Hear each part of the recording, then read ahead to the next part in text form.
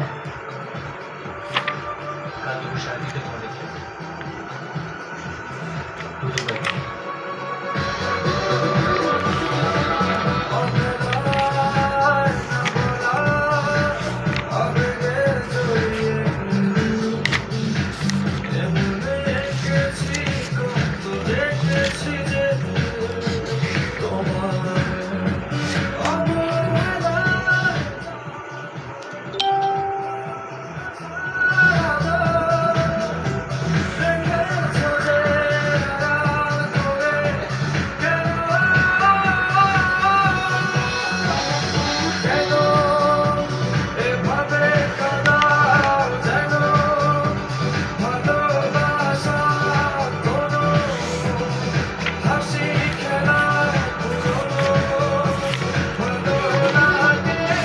তোমাদের দুটো